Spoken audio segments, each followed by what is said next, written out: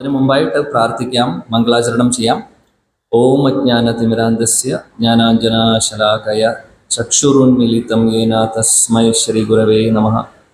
ശ്രീ ചൈതന്യമനോഭീഷ്ടം സ്ഥാപിതം യേന ഭൂതലേ സ്വയം രൂപാ കഥാ മഹ്യം ദദാതി സ്വപദാന്തികം. നമഃ ഓം വിഷ്ണുപാദായ കൃഷ്ണപ്രേഷ്ഠായ ഭൂതലേ ശ്രീമതേ ഭക്തിവേദാന്ത സ്വാമിനിതി നാമിനെ. നമസ്തേ സാരസ്വതേ ദേവേ ഗൗരവാണി പ്രചാരിണേ നിർവിശേഷ ശൂന്യവാദി പാശ്ചാത്യ ദേശതാരിണേ. ജയ ശ്രീകൃഷ്ണ ചൈതന്യ പ്രഭു നിത്യാനന്ദ ശ്രീ അദ്വൈത ഗദാധര ശ്രീവാസാദി ഗൗരഭക്തവൃന്ദ. ഹരേ കൃഷ്ണ കൃഷ്ണ കൃഷ്ണ ഹരേ ഹരേ. ഹരേ രാം രാം രാം ഹരേ ഹരേ. ഹരേ കൃഷ്ണ കൃഷ്ണ കൃഷ്ണ ഹരേ ഹരേ. ഹരേ രാം രാം രാം ഹരേ ഹരേ. ഹരേ കൃഷ്ണ കൃഷ്ണ കൃഷ്ണ ഹരേ ഹരേ. ഹരേ രാം രാം ഹരേ ഹരേ. മൂകം കരോതി വാചാലം പങ്കും ലംഘയത്തെ ഗിരിം യത്കൃപാതമഹം വന്ദേ ശ്രീ ഗുരു ദീനതാരിണം പരമാനന്ദ മാധവം ശ്രീ ചൈതന്യമേശ്വരം.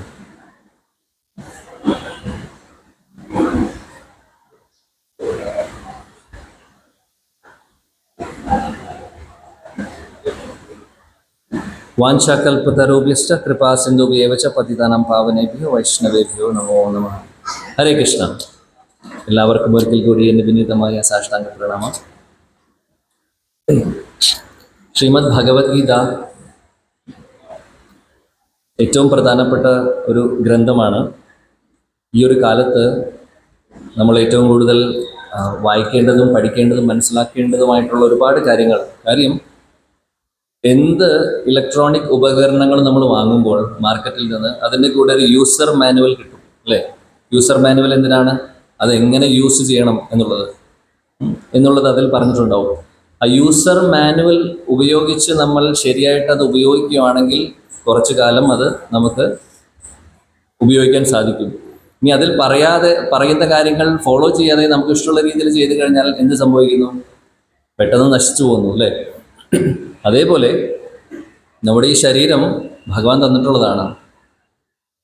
ഒരു മനുഷ്യൻ അല്ലെങ്കിൽ ഒരു ജീവാത്മാവ് എങ്ങനെ ജീവിക്കണമെന്ന് പറഞ്ഞിട്ടുള്ളത്, അതിൻ്റെ അതെങ്ങനെ ഉപയോഗിക്കണം ഈ ഒരു മനുഷ്യജന്മം എന്നുള്ളത് ശ്രീമദ് ഭഗവത്ഗീതയിലാണ് പറയുന്നത്. ശ്രീമദ് ഭഗവത്ഗീത അതുകൊണ്ട് നമുക്കൊരു യൂസർ ഗൈഡായിട്ട് പറയാം. അതായത് നമുക്ക് മനുഷ്യന്മാരുടെ, നമ്മുടെ എല്ലാവരുടെയും ഒരു മാനുവലാണ് ശരിക്കും പറയുകയാണെങ്കിൽ ശ്രീമദ് ഭഗവത്ഗീത. എന്ത് ചെയ്യണം, എന്ത് ചെയ്യാൻ പാടില്ല, അല്ലെങ്കിൽ ഇന്നത് ചെയ്തു കഴിഞ്ഞാൽ എന്തായിരിക്കും അതിൻ്റെ റിസൾട്ട്, അങ്ങനെ എല്ലാ കാര്യങ്ങളും ഭഗവത്ഗീതയിൽ പറയുന്നു.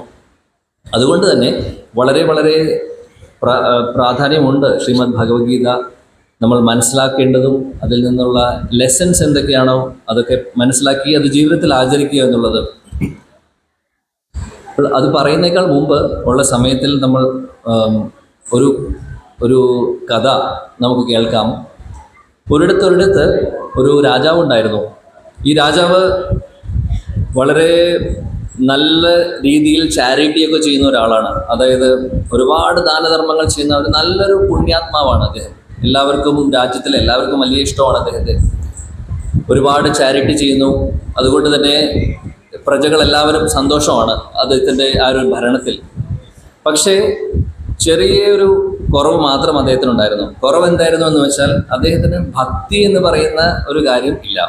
പക്ഷെ ദാനധർമ്മം ചെയ്യുന്നു, മനുഷ്യരെ സഹായിക്കുന്നു, നല്ല പേരുണ്ട്, പ്രശസ്തിയുണ്ട്, ഒരുപാട് ധനമുണ്ട്. അപ്പോൾ എല്ലാവരും അദ്ദേഹത്തെ അംഗീകരിക്കുന്നു. പക്ഷേ ഭക്തി എന്ന് പറയുന്നത് അദ്ദേഹത്തിന് അത്ര അംഗീകരിക്കാൻ പറ്റുന്ന ഒരു കാര്യമല്ല. അപ്പോൾ ഇത് അറിയാവുന്ന ഒരു സാധു, അതായത് ഒരു സന്യാസി അദ്ദേഹത്തിൻ്റെ രാജ്യത്തിൽ ഒരു ദിവസം വന്നു. അത് വന്ന സമയത്ത് ഇദ്ദേഹത്തെ കണ്ടു. ഇദ്ദേഹത്തിൻ്റെ രാജ്യത്തിലേക്ക് പോയി, കൊട്ടാരത്തിലേക്ക് പോയി സംസാരിക്കുന്നു.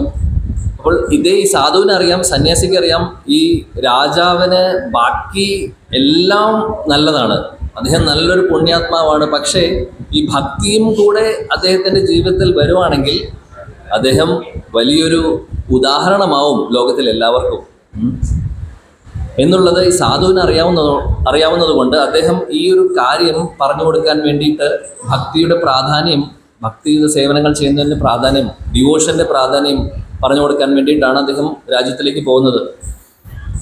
പക്ഷേ എന്ത് പറഞ്ഞിട്ടും കാര്യമില്ല, രാജാവ് ഇത് അക്സെപ്റ്റ് ചെയ്യാൻ തയ്യാറല്ല. സാധു ജനങ്ങളാണെങ്കിൽ എങ്ങനെയാണെന്ന് വെച്ചാൽ അവർക്ക് പറ്റാവുന്നതിനെ മാക്സിമം ട്രൈ ചെയ്യും. പക്ഷെ എന്തൊക്കെ ചെയ്തിട്ടും ഇദ്ദേഹം അത് ഉൾക്കൊള്ളുന്നില്ല. ഇത് മാത്രം ചെയ്യുന്നില്ല, ബാക്കി എല്ലാം അദ്ദേഹം ചെയ്യുന്നുണ്ട്. സാധു വന്നപ്പോൾ അദ്ദേഹത്തെ സ്വീകരിച്ചിരുത്തി വേണ്ട രീതിയിൽ എല്ലാവിധ യുനോ അവർക്ക് വേണ്ടതെല്ലാം കൊടുത്തു.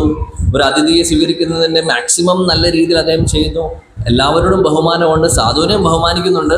പക്ഷെ ഈ ഒരു ഉപദേശം മാത്രം അദ്ദേഹം അംഗീകരിക്കാൻ തയ്യാറല്ല. അതാണ് പ്രശ്നം.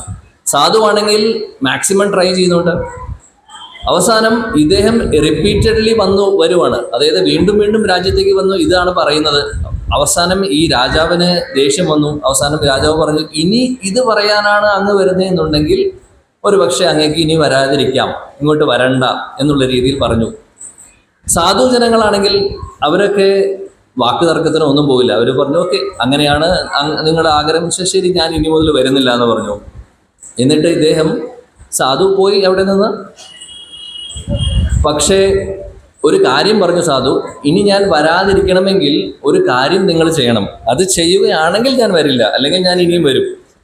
അപ്പോൾ രാജാവിനെ സംബന്ധിച്ച് എങ്ങനെയെങ്കിലും ഇയാളെ ഒഴിവാക്കണം. അതുകൊണ്ട് അദ്ദേഹം പറഞ്ഞു, നിങ്ങൾ എന്ത് പറഞ്ഞാലും ഞാൻ ചെയ്യാൻ തയ്യാറാണ്.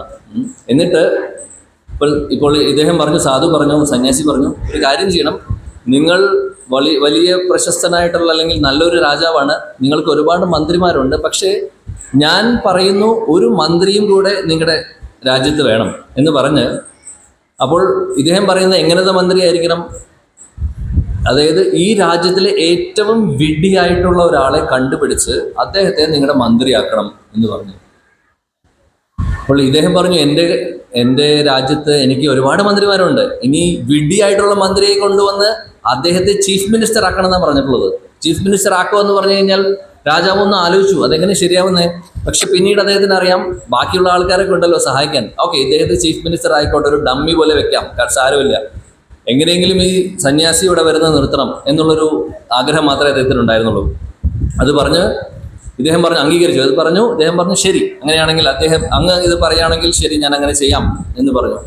എന്നിട്ട് സാധു അവിടെ നിന്ന് പോയി ഇവിടെ ഈ രാജാവിൻ്റെ മന്ത്രിമാരെയൊക്കെ കൂടി ഇദ്ദേഹം എന്ത് ചെയ്തു വെച്ചാൽ മന്ത്രിമാരോട് പറഞ്ഞു, നിങ്ങൾ ഈ രാജ്യം മുഴുവനും നടന്നിട്ട് ഏറ്റവും വലിയൊരു വിഡ്ഢിയെ കണ്ടുപിടിച്ച് അദ്ദേഹത്തെ കൊണ്ടുവരണമെന്ന് പറഞ്ഞു.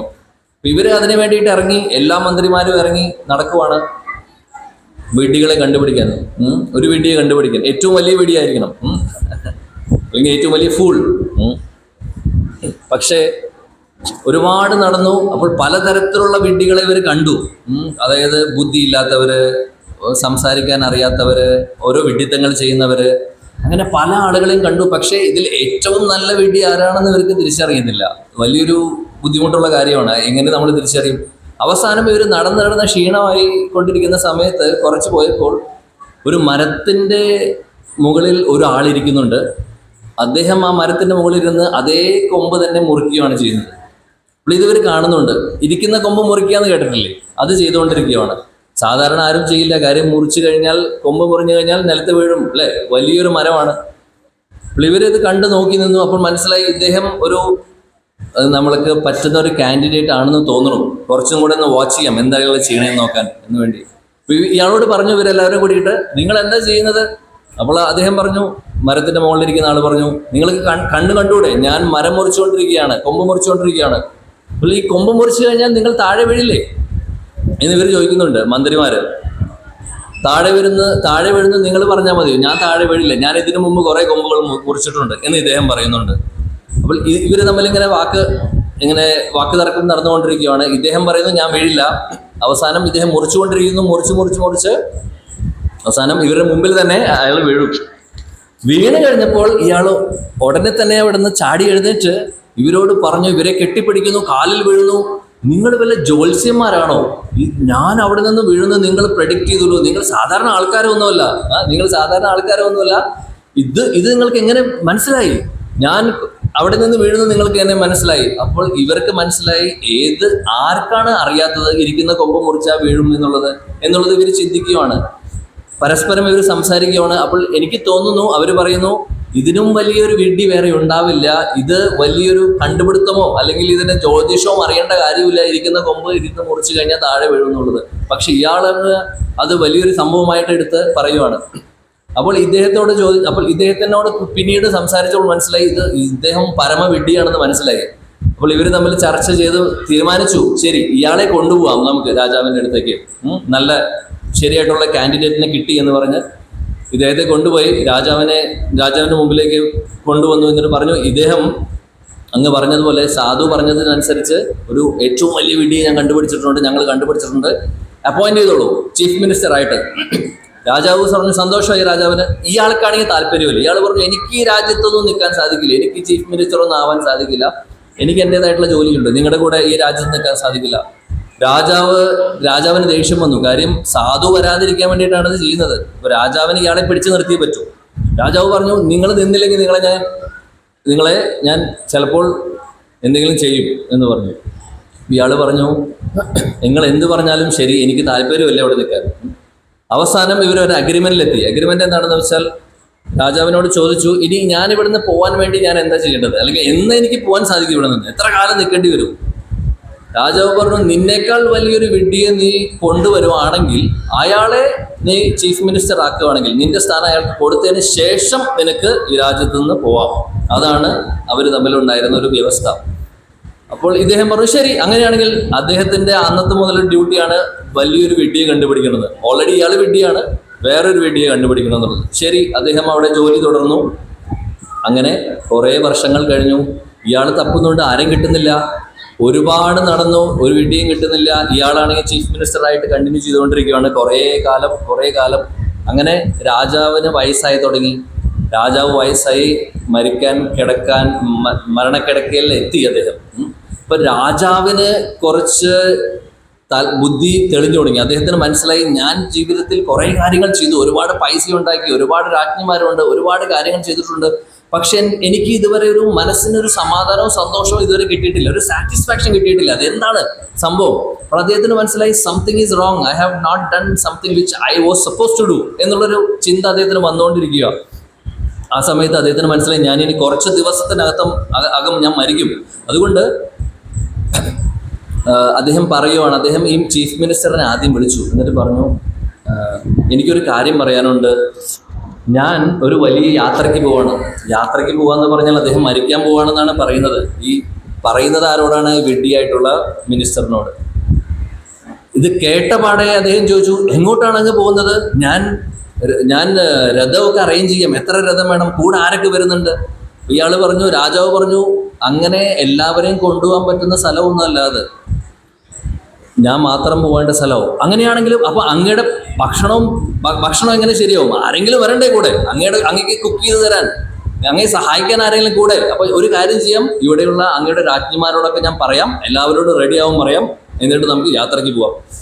ഇയാൾ ചിന്തിക്കുവാണ്, രാജാവ് ഇയാളെ ഇപ്പോഴും ഇത്രയും 50 വർഷം കഴിഞ്ഞു ഇയാളെ രാജ്യത്ത്, ഇപ്പോഴും ഇദ്ദേഹത്തിന്റെ ആ ഒരു ഫൂളിഷ്നെസ് പോയിട്ടില്ല, ഇങ്ങനൊരു വിഡ്ഢിയെ കണ്ടിട്ടില്ല, ഇയാൾക്ക് പറഞ്ഞാൽ മനസ്സിലാവുന്നില്ല. ഇൻഡയറക്ട്ലി ഇദ്ദേഹം പറയുവാണ് ഞാൻ മരിക്കാൻ പോവാണെന്ന്, പക്ഷേ ഇദ്ദേഹത്തിന് അത് മനസ്സിലാവുന്നേ ഇല്ല. അങ്ങനെ പല രീതിയിൽ ഇദ്ദേഹം പറഞ്ഞു. അവസാനം ഇദ്ദേഹം പറഞ്ഞു, ആർക്കും വരാൻ സാധിക്കില്ല, ഞാൻ മാത്രം പോകേണ്ട സ്ഥലമാണ് എന്ന് പറഞ്ഞപ്പോൾ അവസാനം ഇയാൾ പറഞ്ഞു, അങ്ങനെയെങ്കിൽ അറ്റ്ലീസ്റ്റ് ഞാനെങ്കിലും വരാം അങ്ങയുടെ കൂടെ, കാര്യം അങ്ങേക്കൊരു സഹായമാവുമല്ലോ. ഇയാൾ രാജാവിനാണെങ്കിൽ ദേഷ്യം വരുന്നുണ്ട്, പക്ഷേ മരണക്കിടക്കയിലാണ്. അങ്ങനെ അവസാനം ഇദ്ദേഹം പറഞ്ഞു, നിങ്ങൾ ഇവിടുന്ന് പോയി കാണണം, എനിക്ക് കാണണ്ട തന്നെ എന്നുള്ള രീതിയിൽ പറഞ്ഞു. അപ്പോൾ നിനക്ക് വേറെ ഒരാളെ കണ്ടുപിടിക്കാൻ സാധിച്ചോ എന്ന് ചോദിച്ചു അതിൻ്റെ ഇടയിൽ. കാര്യം ഇയാളെ അങ്ങനെ പറഞ്ഞു വിടാനും സാധിക്കില്ല, അതല്ല വ്യവസ്ഥ, അങ്ങനെയല്ലല്ലോ. രാജാവിനോടപ്പോൾ ഇയാൾ അത്രയും നേരം ഒന്നും ഇതുപോലെ വിഡ്ഢിയായിട്ടിരുന്ന ഈ ഒരു മന്ത്രി എന്താണ് ചെയ്തതെന്ന് വെച്ചാൽ, അദ്ദേഹത്തിന് കൊടുത്തിട്ടുള്ള മന്ത്രിയാവുന്ന സമയത്ത് ഒരു വടി കൊടുത്തിരുന്നു. ആ വടി തിരിച്ച് രാജാവിൻ്റെ കയ്യിൽ ഏൽപ്പിച്ചു. എന്നിട്ട് പറഞ്ഞു, ഞാൻ എന്നേക്കാൾ വിഡ്ഢിയായിട്ടുള്ള ഒരു പരമവിഡ്ഢിയെ കണ്ടുപിടിച്ചു, അത് അങ്ങ് തന്നെയാണ്. ഇത് കേട്ടപ്പോൾ രാജാവിൻ്റെ കുറച്ച് ബോധം വന്നു. അദ്ദേഹത്തിന് മനസ്സിലായി, അദ്ദേഹം കരഞ്ഞു തുടങ്ങി. അപ്പോൾ ഇദ്ദേഹം ആരായിരുന്നു വെച്ചാൽ, ഇദ്ദേഹം മറ്റേ സാധുവിൻ്റെ സന്യാസിയുടെ ഒരു ശിഷ്യനായിരുന്നു. അദ്ദേഹം വേഷം മാറിയിട്ട് ഇങ്ങനെ ഒരു റോൾ എടുത്ത, ഒന്ന് ആലോചിക്കണം, 60 വർഷത്തോളം രാജാവിൻ്റെ കൂടെ നിൽക്കുമായിരുന്നു. എന്തിന്? ഈ ഒരു ദിവസത്തിന് വേണ്ടിയിട്ട്. ഈ ഒരു ദിവസം വന്നപ്പോൾ അദ്ദേഹത്തിന് ഈ മന്ത്രിപദം ഹാൻഡ് ഓവർ ചെയ്തിട്ട്, നിങ്ങൾ രാജാവും ആയിക്കോളൂ, മന്ത്രിയും ആയിക്കോട്ടെ, ആരെങ്കിലും ആവട്ടെ, നിങ്ങളെ പോലെ പരമവിഡ്ഢി ഇല്ല കാര്യം. എന്നിട്ട് ഇദ്ദേഹം പറഞ്ഞു, നിങ്ങൾ എന്താണ് നേടിയത്? നിങ്ങൾ പറഞ്ഞു മരിക്കാൻ പോവാണെന്ന് പറഞ്ഞു. നിങ്ങൾ ഈ നേടിയിട്ടുള്ള സാമ്രാജ്യം, ഇത്രയും രാജ്ഞിമാര്, സ്വത്ത്, എന്തെങ്കിലും നിങ്ങൾ കൊണ്ടുപോകാൻ പറ്റുമോ? ഒരു മുട്ട സൂചിയെങ്കിലും നിങ്ങൾക്ക് കൊണ്ടുപോകാൻ പറ്റുമോ എന്ന് ചോദിക്കുകയാണ്. രാജാവിനാണെങ്കിൽ എന്ത് പറയണമെന്നറിയില്ല. അദ്ദേഹം കരഞ്ഞുകൊണ്ടിരിക്കുകയാണ്. കരഞ്ഞുകൊണ്ട് ഇദ്ദേഹത്തോട് പറയുവാണ്, മന്ത്രിയോട്, ഞാൻ അറിഞ്ഞില്ല നിങ്ങൾ ആ സാധുവിൻ്റെ സന്യാസിയുടെ ശിഷ്യനാണെന്നുള്ളത്. എന്തുകൊണ്ട് നീ എനിക്ക് പറഞ്ഞു തന്നില്ല ഇത് നേരത്തെ? ഞാൻ മരിക്കാറായി, വേണ്ട സമയം, എൻ്റെ നല്ല സമയം തീർന്നു. മരിക്കുന്ന സമയത്ത് ഇനി ഞാൻ എന്ത് ചെയ്യാനാണ്? അപ്പോൾ മന്ത്രി പറഞ്ഞു, ഞാൻ മാക്സിമം നിങ്ങൾക്ക് ഇത് തരാൻ, ഈ ഒരു അറിവ് പറഞ്ഞു തരാൻ. അതായത് ഇദ്ദേഹം മന്ത്രി പറയുന്നത് എന്താണെന്ന് വെച്ചാൽ, നിങ്ങളെല്ലാം ചെയ്തു, പക്ഷേ നിങ്ങൾ ഭഗവാനെ ആരാധിച്ചിട്ടില്ല, ഭക്തിയുടെ സേവനങ്ങൾ ചെയ്തിട്ടില്ല, ഭക്തി ചെയ്തിട്ടില്ല. ഇതാണ് നിങ്ങൾക്ക് പറ്റിയ ഏറ്റവും വലിയ തെറ്റ്. അത് ബാക്കിയെല്ലാം നിങ്ങൾ ചെയ്തു, പക്ഷെ ഇത് മാത്രം ചെയ്തില്ല. അതുകൊണ്ട് നിങ്ങളൊന്നും നേടിയിട്ടില്ല. നിങ്ങളുടെ ജീവിതം വെറും പാഴായിപ്പോയി. ഇയാൾക്ക് ആകെ വിഷമമായി. ഇനി ഞാൻ എന്ത് ചെയ്യണം? അപ്പോൾ മന്ത്രി പറഞ്ഞു, ഇനിയുള്ള സമയം നിങ്ങൾക്ക് വളരെ കുറച്ച് ദിവസം കൂടി ഉള്ളൂ. അതുകൊണ്ട് ഇനിയുള്ള സമയം നിങ്ങൾ ഭഗവാന്റെ നാമം ജപിച്ചു തുടങ്ങും എന്ന് പറഞ്ഞ് നാമം ജപിക്കാനും, പിന്നെ ഇദ്ദേഹം അടുത്തിരുന്നിട്ട് ശാസ്ത്രങ്ങൾ വായിച്ചു കൊടുക്കുകയാണ്. ഭഗവത്ഗീത, ഭാഗവതമൊക്കെ രാജാവിന് വായിച്ചു കൊടുക്കുന്ന ഒരു സർവീസ് ചെയ്യുകയാണ്. അങ്ങനെ അവസാനം ഇദ്ദേഹം മരിക്കുന്ന സമയത്ത് ഭഗവാന്റെ മഹാകാരുണ്യം കൊണ്ടും ആ സാധു അത്രയും വർഷം ആ ഒരു രാജ്യത്തും ആ വീട്ടിലും ഉണ്ടായിരുന്നതിൻ്റെ മഹാകാരുണ്യം കൊണ്ട് ഇത്രയും, അതായത് ഭഗവാനുമായിട്ട് അല്ലെങ്കിൽ ഭക്തി ചെയ്യാത്ത ഒരു വ്യക്തി അവസാന സമയത്ത് ഭഗവാന്റെ നാമം ജപിച്ച് അദ്ദേഹത്തിന് ലോകം വിടാൻ, ശരീരം വിടാനുള്ള മഹാസൗഭാഗ്യം കിട്ടി. അപ്പോൾ ഈ ഒരു കഥ ആക്ച്വലി ഈ രാജാവിനെ പോലെയാണ് നമ്മൾ ഓരോരുത്തരും. കാര്യം നമുക്കറിയില്ല ജീവിതത്തിൻ്റെ ലക്ഷ്യം എന്താണെന്ന്. എല്ലാവരും നെട്ടോട്ടം ഓടുവാണ്. കുട്ടികളോട് ചോദിച്ചാൽ എന്താണ് ഡ്രീം എന്ന് ചോദിച്ചാൽ പറയും ഡോക്ടർ ആവണം, എഞ്ചിനീയർ ആവണം. എന്തിനാ ഡോക്ടർ ആവണം, എഞ്ചിനീയർ ആവണം? കുറേ പൈസ ഉണ്ടാക്കാൻ. പൈസ ഉണ്ടാക്കിയിട്ട് എന്തിനാണ്? കാറ് വാങ്ങിക്കണം, പുതിയ വീട് പണിയണം, അതിനപ്പുറത്ത് വേറെ എന്തെങ്കിലും കഴിഞ്ഞു, അത്രയേ ഉള്ളൂ. ആർക്കും അറിയില്ല എന്താണ് ഈ മനുഷ്യജന്മം കൊണ്ട് ഉദ്ദേശിക്കുന്നത് എന്നുള്ളത്. ഈ മനുഷ്യജന്മം ഭഗവാൻ വെറുതെ തന്നിട്ടുള്ളതല്ല. നമ്മളിത് വേണ്ട രീതിയിൽ യൂസ് ചെയ്തിട്ട് ഇല്ലെങ്കിൽ ഈ രാജാവിന് സംഭവിച്ചതുപോലെ തന്നെ, അതേപോലെ തന്നെ മഹാവിഡ്ഢികളാണ് നമ്മളും. കാര്യം വേണ്ടതിന് ഉപയോഗിക്കാതെ നമ്മൾ പാഴാക്കിക്കൊണ്ടുവരികയാണ്. ഓരോ നിമിഷവും വിലപ്പെട്ടതാണ്. കാര്യം ശാസ്ത്രങ്ങളിൽ പറയുന്നു, ജലജ നവലക്ഷാണി സ്ഥാവര ലക്ഷ വിംശതി കൃമയോസ് രുദ്രസംഖ്യായാം പക്ഷിനാം ദശലക്ഷണം ത്രിംശാൽ ലക്ഷാണി പശവ ചതുർലക്ഷാണി മാനവ. അതായത് 84 ലക്ഷം സ്പീഷീസ്, അല്ലേ, നമ്മൾ ഇംഗ്ലീഷിൽ പറയുന്ന സ്പീഷീസ് ആണ് ഈ ലോകത്ത് ഉള്ളത്. അതിൻ്റെ അർത്ഥം 84 ലക്ഷം ആളുകൾ എന്നല്ല, അല്ലെങ്കിൽ 84 ലക്ഷം ജീവജാലങ്ങൾ എന്നല്ല, 84 ലക്ഷം വെറൈറ്റീസ് ഉള്ള സ്പീഷീസ് ഉണ്ടെന്നാണ് പറയുന്നത്. ശാസ്ത്രങ്ങളിൽ പറയുന്നതാണ്. ഈ 84 ലക്ഷത്തിനെ ഡിവൈഡ് ചെയ്തിട്ടുള്ളത് എന്തിനെ ആസ്പദമാക്കിയിട്ടാണെന്ന് വെച്ചാൽ ഗുണങ്ങളെ ആസ്പദമാക്കിയിട്ട്. ക്വിസിൽ ചോദിച്ച ചോദ്യം, സത്വഗുണം, രജോഗുണം, തമോ ഗുണം എന്ന് പറയുന്ന ഈ 3 ഗുണങ്ങൾ നമ്മളെല്ലാവരിലും ഉണ്ട്. അപ്പോൾ ഈ ഗുണങ്ങൾ നമ്മളിൽ മാത്രമല്ല, എല്ലാ ജീവജാലങ്ങളിലും, ഇപ്പം മൃഗങ്ങളാണെങ്കിലും ചെടികളാണെങ്കിലും അല്ലെങ്കിൽ മരങ്ങളാണെങ്കിലും മനുഷ്യരാണെങ്കിലും ഈ ഗുണങ്ങളെ ആസ്പദമാക്കിയിട്ടാണ് ഈ ഒരു ഡിവിഷൻ നടന്നിട്ടുള്ളത്. ഈ 84 ലക്ഷം സ്പീഷീസിൽ വെച്ച് ആദ്യം പറയുന്നു ജലജാനവ ലക്ഷാണി, അതായത് 9 ലക്ഷം വെള്ളത്തിലുള്ള ജീവജാലങ്ങൾ, അത്രയും ടൈപ്പ് ഓഫ് എണ്ണമല്ല സ്പീഷീസ് ഉണ്ടെന്നാണ് പറയുന്നത്. സ്ഥാവര ലക്ഷ വിംശതി, 20 ലക്ഷത്തോളം ഈ പറയുന്ന മരങ്ങളും ചെടികളും ഉണ്ട്. പിന്നെ 11 ലക്ഷത്തോളം ഈ കൃമികളും പുഴുകളും ആ ഒരു സ്പീഷീസിൽ ഉണ്ട്. പിന്നെ 30 ലക്ഷത്തോളം പശു എന്ന് ഉദ്ദേശിക്കുന്നത് നമ്മുടെ പശു മാത്രമല്ല, മൃഗങ്ങളെല്ലാം കൂടിക്കഴിഞ്ഞാൽ ഏകദേശം 30 ലക്ഷം. അവസാനം വരുന്നത് ചതുർലക്ഷാണി മാനവം, 4 ലക്ഷമേ മനുഷ്യർ, അല്ലെങ്കിൽ മനുഷ്യരെന്ന് പറഞ്ഞാൽ ഈവൻ ദേവന്മാരും വരും. ഈ ഒരു രൂപത്തിൽ ഉള്ള അഡ്വാൻസ്ഡ് ആയിട്ടുള്ള ഇൻ്റലിജൻസ് ഉള്ള ആളുകൾ, സ്പീഷീസ് ആകെ 4 ലക്ഷം. ഈ 4 ലക്ഷം ഏകദേശം എണ്ണമല്ല, നേരത്തെ വീണ്ടും പറയുന്നു അതായത് ഡിവിഷൻ എങ്ങനെയാണ്? ഈ ഗുണങ്ങളനുസരിച്ചുള്ള ഡിവിഷനാണ്. അപ്പോൾ ഇതിൽ ദേവന്മാരും ഈ 4 ലക്ഷത്തിൽ പെടും. ദേവന്മാർക്ക് സത്വഗുണം കൂടുതലാണ്, നമ്മൾ ഭൂമിയിലുള്ളവർക്ക് രജോ ഗുണം തമോ ഗുണവുമാണ് കൂടുതൽ. അങ്ങനെ ഡിവിഷൻസ് അങ്ങനെയാണ്. ഈവൻ രാക്ഷസന്മാർ, അസുരന്മാർ, ഇതൊക്കെ ഈ കാറ്റഗറിയിൽ വരും. പക്ഷേ എന്തൊക്കെയാണെങ്കിലും 4 ലക്ഷമേ ഉള്ളൂ. അപ്പോൾ ഈ 84 ലക്ഷത്തിൽ 4 ലക്ഷം എന്ന് പറഞ്ഞു കഴിഞ്ഞാൽ മാത്തമാറ്റിക്സ് നോക്കുവാണെങ്കിൽ വെറും 4.7% പ്രോബബിലിറ്റിയേ ഉള്ളൂ ഒരു മനുഷ്യ ശരീരം ലഭിക്കാൻ, അല്ലെങ്കിൽ ഈ 4 ലക്ഷത്തിൻ്റെ കാറ്റഗറിയിൽ വരാൻ. അപ്പോൾ ആലോചിച്ച് നോക്ക്, എത്രയും റെയർ ആണ് ഒരു മനുഷ്യജന്മം എന്ന് പറഞ്ഞു കഴിഞ്ഞാൽ.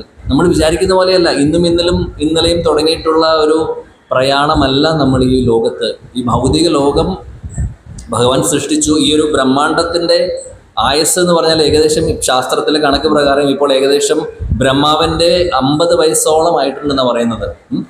ബ്രഹ്മാവിൻ്റെ ആയുസ് എന്ന് പറഞ്ഞു കഴിഞ്ഞാൽ അദ്ദേഹത്തിൻ്റെ 100 വർഷം എന്ന് പറഞ്ഞു കഴിഞ്ഞാൽ കണക്ക് പ്രകാരം 311 ട്രില്യൺ.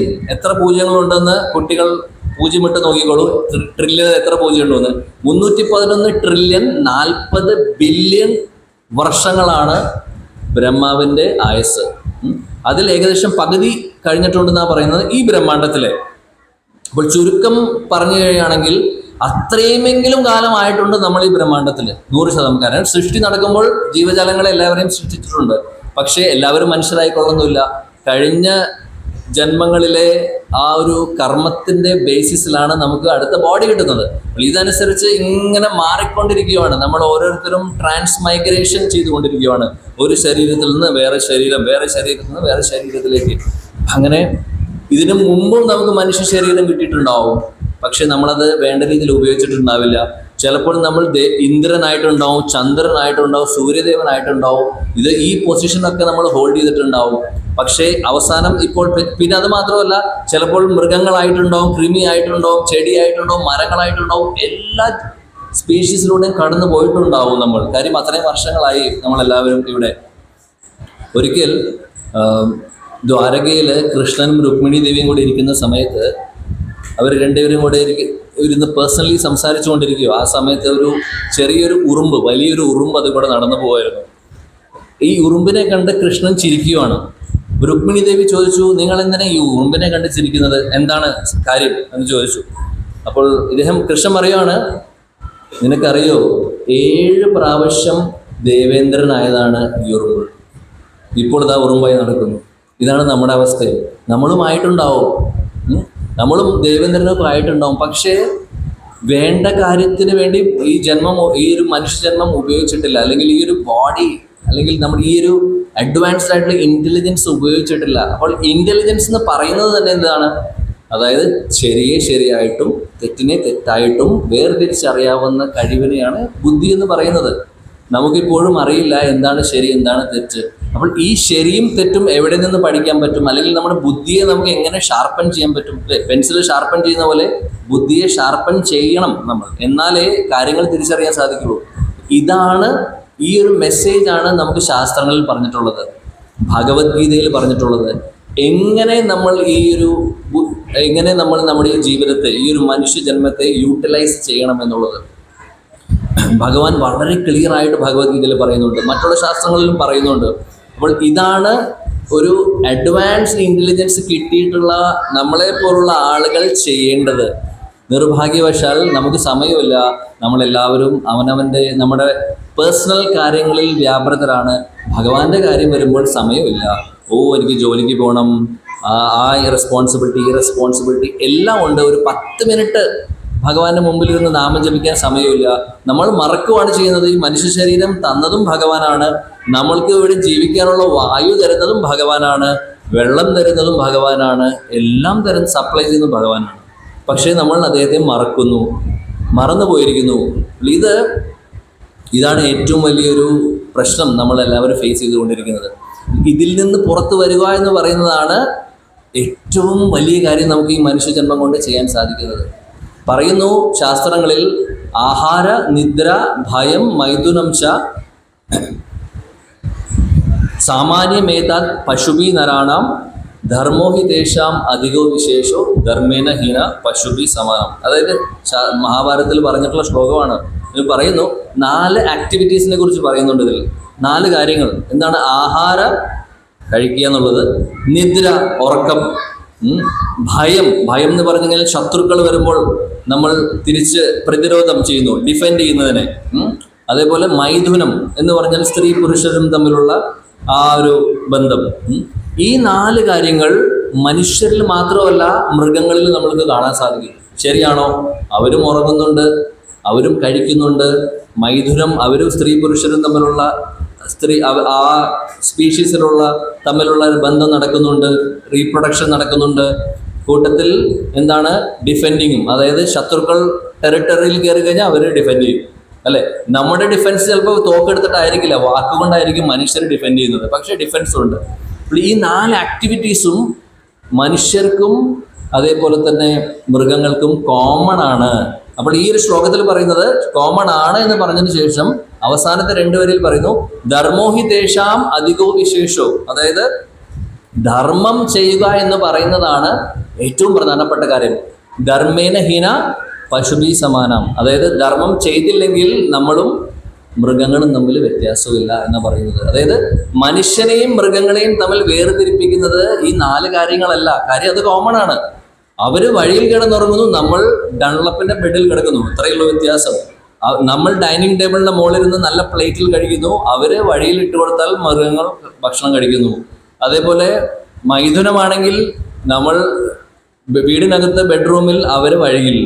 അതേപോലെ ഡിഫൻസ് ആണെങ്കിൽ നമ്മൾ വാക്കുകൊണ്ടും പല രീതിയിൽ നമ്മൾ ഡിഫെൻഡ് ചെയ്യുന്നു, ചിലപ്പോൾ ആയുധം ഉപയോഗിച്ചും ഡിഫെൻഡ് ചെയ്യുന്നു, അവർ അവരുടെ കൈയും ഉപയോഗിച്ചും കാലും ഉപയോഗിച്ചും ഡിഫെൻഡ് ചെയ്യുന്നു.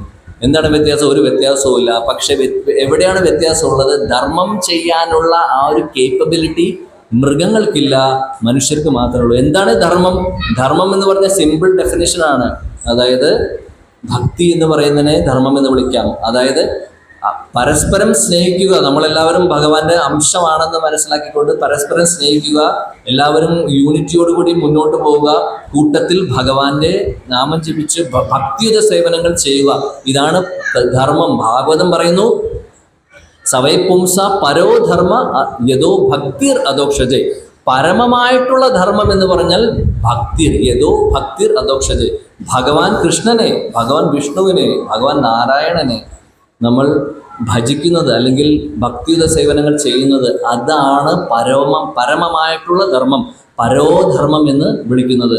ഭാഗവതത്തിലെ ശ്ലോകമാണ് 1, 2, 6. അതായത് പ്രഥമ സ്കന്ധത്തിലെ 2-ാമത്തെ അധ്യായത്തിലെ 6-ാമത്തെ ശ്ലോകമാണ് പറയുന്നത്. പരമമായിട്ടുള്ള ധർമ്മം എന്താണ്? ഭക്തിയാണെന്ന് പറയുന്നു. അപ്പോൾ ഈ ഭക്തിയുത സേവനങ്ങൾ, ഭക്തി നമ്മൾ പ്രാക്ടീസ് ചെയ്യുക എന്ന് പറയുന്നത് നമുക്ക് മാത്രം കിട്ടിയിട്ടുള്ള ഒരു ഓപ്ഷനാണ്. ഭഗവത്ഗീത ക്ലാസ്സിൽ മൃഗങ്ങളെ കൊണ്ട് ഇരുത്തി കഴിഞ്ഞാൽ അവർക്ക് പറഞ്ഞു കൊടുത്താൽ മനസ്സിലാവോ? ഇല്ല. ചെടികൾക്കും അതേപോലെ മരങ്ങൾക്കും സാധിക്കുകയില്ല. നമുക്കത് കേൾക്കാൻ മനസ്സിലാക്കാനും കഴിവുണ്ട്, ഭഗവാൻ തന്നിട്ടുണ്ട്. അങ്ങനെ ഈ ഒരു മനുഷ്യജന്മത്തെ എന്തിനാണോ ഭഗവാൻ തന്നിട്ടുള്ളത് അതിനുവേണ്ടി ഉപയോഗിക്കേണ്ടത് എങ്ങനെയാണ് എന്നുള്ളതാണ് ഭഗവത്ഗീതയിലും ഭാഗവതത്തിലും ശാസ്ത്രങ്ങളിലൊക്കെ പറയുന്നത്.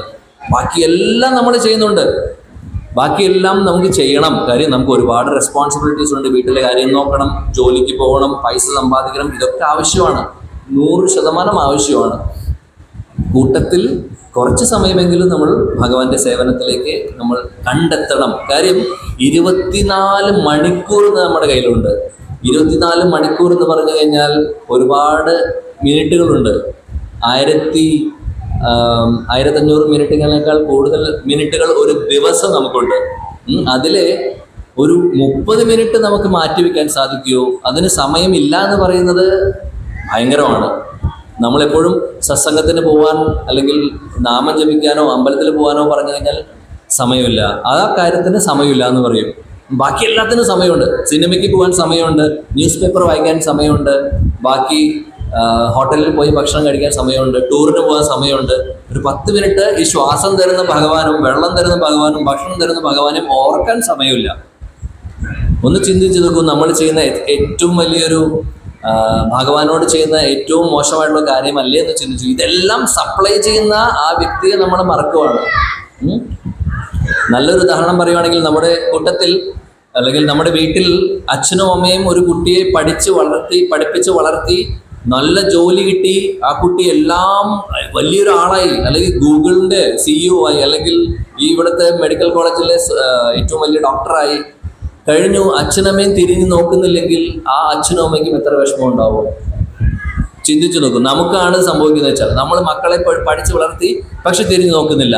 അവരെ വലിയ പൊസിഷനിലെത്തി, പക്ഷെ അച്ഛനമ്മയും താമസിക്കുന്നത് വൃദ്ധസദനത്തിൽ. അങ്ങനെയാണെങ്കിൽ അച്ഛനമ്മയുടെ മനസ്സ് എത്രമാത്രം വേദനിക്കുന്നുണ്ടാവും.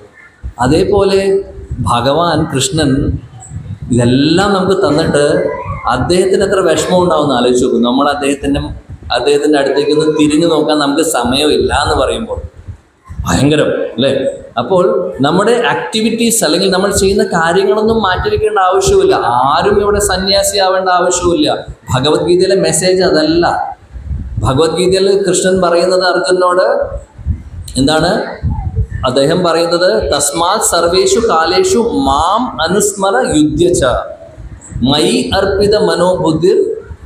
അതായത് ഭഗവാൻ പറയുന്നു അർജുനനോട്, നീ എപ്പോഴും സദാസമയം എന്നെ ഓർത്തുകൊണ്ട് നീ യുദ്ധം ചെയ്യും. കാര്യം അർജുനന് ഭഗവത്ഗീത ഉപദേശിക്കുന്നത് യുദ്ധക്കളത്തിൽ വെച്ചാണ് അല്ലെ? നമ്മൾ ആരും അർജുനന്റെ പോലെ അവിടെ അമ്പും വില്ലും എടുത്തിട്ടോ അല്ല നിൽക്കുന്നത്. പക്ഷെ നമ്മൾ അതേപോലെ ഒരു യുദ്ധത്തിലാണ് ഈ ലോകത്ത് ജീവിക്കുന്നത്.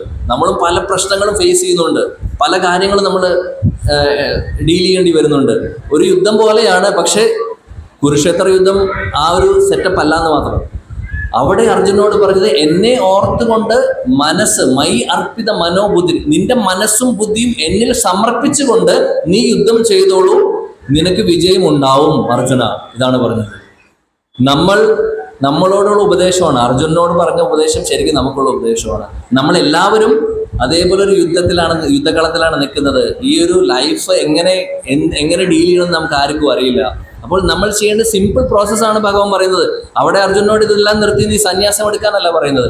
ചെയ്യുന്ന ജോലി നീ ചെയ്യൂ, നിന്റെ ഡ്യൂട്ടീസ് നീ ചെയ്യൂ, പക്ഷേ ഭഗവാനെ ഓർത്തുകൊണ്ട്, അല്ലെങ്കിൽ എന്നിൽ ബുദ്ധിയും നിന്റെ മനസ്സും സമർപ്പിച്ചുകൊണ്ട്. അതിൻ്റെ അർത്ഥം എന്താണ്? നമ്മൾ ചെയ്യുന്ന ഓരോ കാര്യങ്ങളും ഭഗവാനെ കേന്ദ്രീകരിച്ചുകൊണ്ട്, ഭഗവാനെ നമ്മുടെ ജീവിതത്തിലെ ഏറ്റവും പ്രധാനപ്പെട്ട വ്യക്തിയായി കൊണ്ടുവന്ന് ചെയ്യുന്ന കാര്യങ്ങളെല്ലാം അദ്ദേഹത്തിനെ സമർപ്പിച്ചുകൊണ്ട് ചെയ്യുക. ജോലിക്ക് പോവാം, ഭഗവാനെ സമർപ്പിക്കാം. ഭഗവാനാണ് നമുക്ക് അതിനുള്ളൊരു അവസരം തരുന്നത്. പ്രാർത്ഥിക്കാം ഭഗവാനോട് 5 മിനിറ്റ്. അതേപോലെ കുട്ടികൾ സ്കൂളിൽ പോയി പഠിക്കുന്നു, ഭഗവാന്റെ കാരുണ്യം കൊണ്ടാണ് പരീക്ഷ നല്ല എഴുതാൻ പറ്റുന്നു, പഠിക്കാൻ സാധിക്കുന്നു, വലിയ ആളാവാൻ സാധിക്കുന്നു. ഒക്കെ 5 മിനിറ്റ് നമുക്ക് സമയം കിട്ടില്ലേ ഭഗവാന്റെ അടുത്ത് പ്രാർത്ഥിക്കാൻ? അപ്പോൾ ഇങ്ങനെ അർജുനോട് പറയുന്ന ഉപദേശം നമുക്കുള്ള ഉപദേശം, ജീവിതത്തിൽ ഭഗവാനെ കൊണ്ടുവരിക, വേറെ ഒന്നും ചെയ്യേണ്ട, അദ്ദേഹത്തെ കേന്ദ്രീകരിച്ച് ബാക്കിയുള്ള കാര്യങ്ങൾ ചെയ്യുക. അപ്പോൾ ഓട്ടോമാറ്റിക്കലി നമ്മൾ തെറ്റുകൾ ചെയ്യാതെയാവും. ഭഗവാനെ സമർപ്പിച്ചുകൊണ്ട് ചെയ്യുക എന്ന് പറഞ്ഞാൽ ഒരു തെറ്റ് ചെയ്യാൻ നമുക്ക് തോന്നില്ല. തെറ്റ് ചെയ്യുന്ന എങ്ങനെ ഭഗവാനെ സമർപ്പിക്കാമെന്ന് ചിന്തിക്കും. ഇപ്പോൾ നമുക്കത് തെറ്റായിട്ട് തോന്നാത്ത കാര്യം പോലും നമ്മൾ ചെയ്യാതെയാവും. അപ്പോൾ അങ്ങനെ പാപകർമ്മങ്ങൾ ചെയ്യാതെയാവും, നാച്ചുറലി നമ്മൾ ചെയ്യാതെയാവും. മാത്രമല്ല ഭഗവത്ഗീത, ഭാഗവതം പോലുള്ള ശാസ്ത്രങ്ങൾ പഠിച്ചു തുടങ്ങിക്കഴിഞ്ഞാൽ നമുക്ക് മനസ്സിലാവും എന്താണ് ശരി, എന്താണ് തെറ്റ് എന്നുള്ളത് വേർതിരിവ് നമുക്ക് മനസ്സിലാവും. അങ്ങനെ ശരിയെ നമ്മൾ സ്വീകരിച്ച് തെറ്റിനെ മാറ്റി ഭഗവാൻ പറയുന്നതനുസരിച്ച് ഭഗവാനെ ഓർക്കാനാണ് ഭഗവാൻ പറയുന്നത്, അല്ലെങ്കിൽ എനിക്ക് സമർപ്പിക്കാനാണ് പറയുന്നത്. ഈ സമർപ്പണം എന്ന് പറഞ്ഞു കഴിഞ്ഞാൽ അത്ര കോംപ്ലിക്കേറ്റഡ് ആയിട്ടുള്ള പ്രോസസ്സ് അല്ല. അതായത് ഈ ഒരു കലിയുഗത്തിൽ പറഞ്ഞിട്ടുള്ള പ്രോസസ്സ് എന്താണെന്ന് വെച്ചാൽ ഭഗവാന്റെ നാമം ജപിക്കുക എന്നുള്ളതാണ്.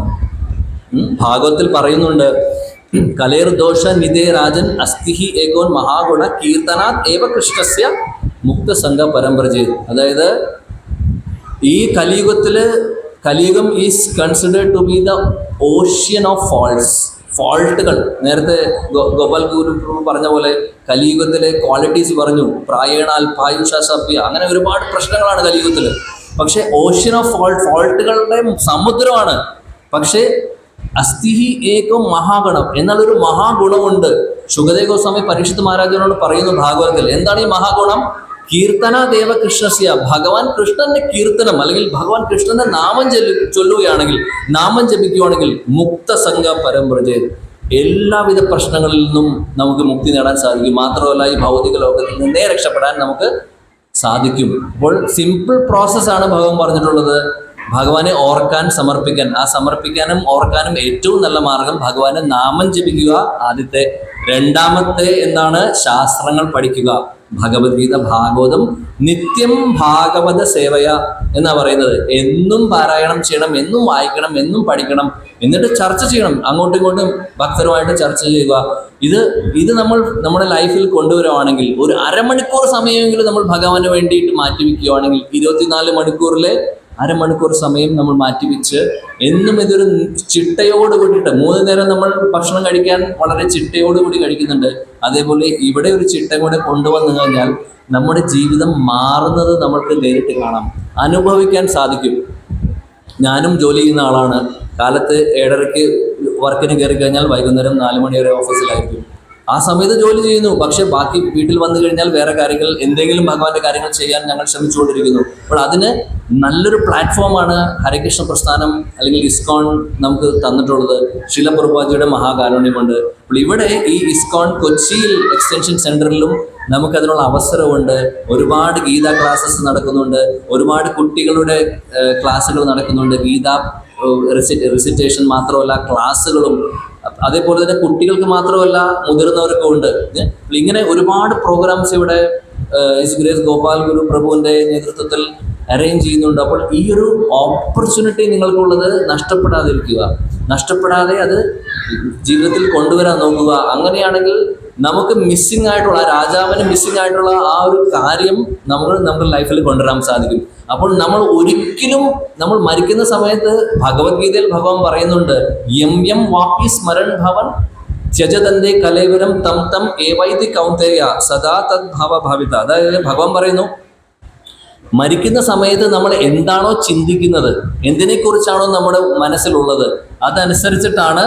അതനുസരിച്ചിട്ടാണ് നമുക്ക് അടുത്ത ഡെസ്റ്റിനേഷൻ കിട്ടുന്നത്, അല്ലെങ്കിൽ നമ്മൾ എവിടെ പോകും, അല്ലെങ്കിൽ എന്ത് ശരീരം കിട്ടുമെന്ന് തീരുമാനിക്കുന്നത്. അപ്പോൾ ഭഗവാൻ പറയുന്നു, എന്നെക്കുറിച്ച് നിങ്ങൾ ഓർക്കുകയാണെങ്കിൽ നിങ്ങൾ എൻ്റെ അടുത്ത് ആധ്യാത്മിക ലോകത്തിലേക്ക്, വൈകുണ്ഠത്തിലേക്ക് വരുമെന്നാണ് ഭഗവാൻ പറയുന്നത്. ആ ശ്ലോകത്തിൽ 2 ശ്ലോകത്തിലായിട്ട് പറയുന്നു.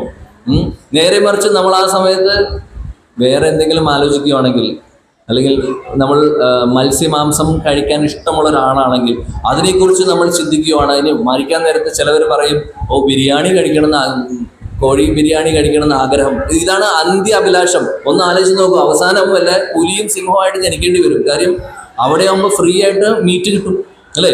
ആരോടും ചോദിക്കേണ്ട ആവശ്യമില്ല, ഹണ്ട് ചെയ്ത് കഴിക്കാം.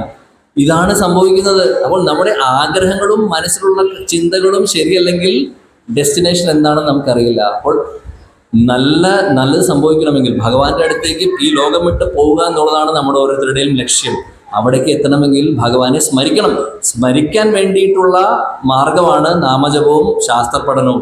അപ്പോൾ ഇങ്ങനെയുള്ള അവസരങ്ങൾ നമുക്ക് കിട്ടുമ്പോൾ അത് യൂസ് ചെയ്യുന്നത് ബുദ്ധിയുള്ളവരാണ് ചെയ്യുന്നത്.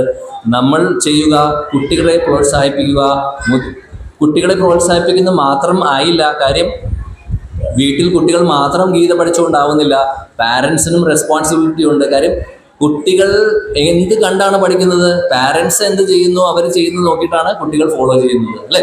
അപ്പോൾ വീട്ടിലെ എല്ലാവരും ചേർന്ന് നാമം ജപിക്കാനിരിക്കുകയാണെങ്കിൽ, എല്ലാവരും ചേർന്ന് ഗീത പഠനം ചെയ്യുന്നുണ്ടെങ്കിൽ, അല്ലെങ്കിൽ വായിക്കുന്നുണ്ടെങ്കിൽ, കുട്ടികൾ നാച്ചുറലി അവർക്ക് തോന്നും, അച്ഛനും അമ്മയും ചെയ്യുന്നുണ്ടെങ്കിൽ എനിക്കും ചെയ്യണം. ആ ടെൻഡൻസി കുട്ടികളിലേക്ക് വളർത്താൻ സാധിക്കും. അല്ലാതെ അച്ഛനും അമ്മയും TV കണ്ടുകൊണ്ടിരിക്കുന്നു, കുട്ടികളോട് പറയുന്നു നീ അപ്പുറത്ത് പോയിട്ട് ഗീത പഠിക്കുക എന്ന് പറഞ്ഞു കഴിഞ്ഞാൽ ഏത് കുട്ടി പഠിക്കുന്ന പറയുന്നത്? നടക്കണ കാര്യമില്ല, അത് നടക്കണ കാര്യമില്ല. അപ്പോൾ കുട്ടികൾ കുറച്ച് വലുതായി ചോദിക്കും, എന്തുകൊണ്ട് അച്ഛനമ്മയും ചെയ്യുന്നില്ല, ഞങ്ങൾ മാത്രം? അപ്പോൾ പ്രഹ്ലാദ് മഹാരാജ് പറയുന്നു ഭാഗവതത്തിൽ, അതായത് കൗമാരം ആചരിത് പ്രാജ്ഞോ, അതായത് കൗമാരപ്രായത്തിൽ തന്നെ ഭക്തിയുത സേവനങ്ങൾ പരിശീലിച്ച് തുടങ്ങണമെന്നാണ് പറയുന്നത്. അപ്പോൾ കുട്ടികൾക്ക് കൊടുക്കുന്ന നല്ല ട്രെയിനിങ് ആണ്, സംശയമില്ല. കുട്ടികൾക്ക് ചെറുപ്പത്തിലെ ഭഗവത്ഗീത പഠിക്കാനും നാമം ജപിക്കാനുള്ള അവസരം നമ്മൾ കൊടുക്കുന്നു. പക്ഷെ അതിൻ്റെ അർത്ഥം ഇപ്പോൾ വലുതായിട്ട് ഇരിക്കുന്ന ആൾക്കാർ, അഡൽട്സ് ആയിട്ടുള്ള നമ്മളെ പോലെയുള്ള ആൾ അതൊന്നും ചെയ്യേണ്ട. പ്രായമായിട്ട് ആ രാജാവിൻ്റെ പോലെ കിടക്കുന്ന സമയത്ത്, അതായത് മരണക്കിടയിൽ കിടക്കുമ്പോൾ ഭഗവാനെ ഓർക്കാം എന്ന് നമ്മൾ വിചാരിച്ചു കഴിഞ്ഞാൽ അത് നടക്കണ കാര്യമല്ല. നമ്മൾ പറയുന്ന പറഞ്ഞൊല്ല് പോലെ ചൊട്ടയിലെ ശീലം ചുടല വരെ, നമ്മൾ എന്താണോ പരിശീലിക്കുന്നത് അതാണ് അവസാനം ഓർമ്മ വരുന്നത്, അല്ലെങ്കിൽ അതാണ് നമ്മുടെ ചിന്തയിൽ വരുന്നത്. അപ്പോൾ ഇപ്പോഴേ നമ്മുടെ ജീവിതത്തിൽ കുറച്ച് സമയമെങ്കിലും ഭഗവാന് വേണ്ടി മാറ്റിവെച്ച് ശാസ്ത്ര പഠനത്തിനും ഭഗവത്ഗീത അതുപോലുള്ള ശാസ്ത്രങ്ങൾ പഠിക്കാനുള്ള സമയം മുതിർന്നവരും കുട്ടികളും ഒരേപോലെ അതിനുവേണ്ടി സമയം കണ്ടെത്തുവാണെങ്കിൽ ജീവിതത്തിൻ്റെ സക്സസ് എന്ന് പറഞ്ഞാൽ അതാണ് സംഭവിക്കാൻ പോകുന്നത്. കാര്യം ഈ ലോകം വിട്ട് ഭഗവാന്റെ അടുത്തേക്ക് പോകലാണ് സക്സസ്. അത് നടക്കണമെങ്കിൽ ഭഗവാന്റെ ചിന്തകൾ നമ്മുടെ ഉള്ളിൽ വേണം, അല്ലേ? അതിന് സാധിക്കുന്നത് നാമജപത്തിലൂടെയും ശാസ്ത്ര പഠനത്തിലൂടെയും മാത്രമാണ്, വേറെ വഴിയൊന്നും ഇല്ല.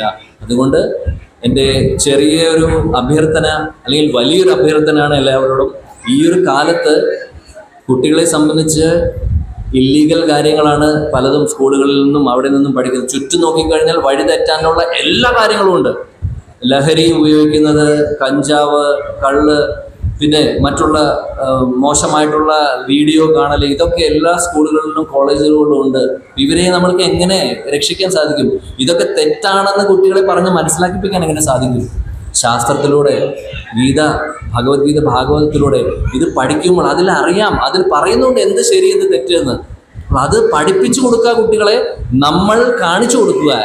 മുതിർന്ന പാരൻസ് നമ്മുടെ റെസ്പോൺസിബിലിറ്റിയാണ് അത് ജീവിച്ച് അല്ലെങ്കിൽ അവർക്ക് നല്ലൊരു എക്സാമ്പിളായിട്ട് കാണിച്ചു കൊടുക്കുക എന്നുള്ളത്. അപ്പോൾ ഇതേപോലുള്ള ഇസ്കോൺ കൊച്ചി പോലുള്ള പ്രസ്ഥാനങ്ങൾ നമുക്ക് തരുന്ന അവസരങ്ങൾ, ഗീത പഠിക്കാനും അതേപോലെ മറ്റുള്ള ശാസ്ത്രങ്ങൾ പഠിക്കാനുള്ള അവസരങ്ങൾ മുതിർന്നവർക്കും കുട്ടികൾക്കും ഒരേപോലെ തരുന്നുണ്ട് അവസരങ്ങൾ. അപ്പോൾ ഈ ഒരു ചാൻസ് കളയാതിരിക്കുക.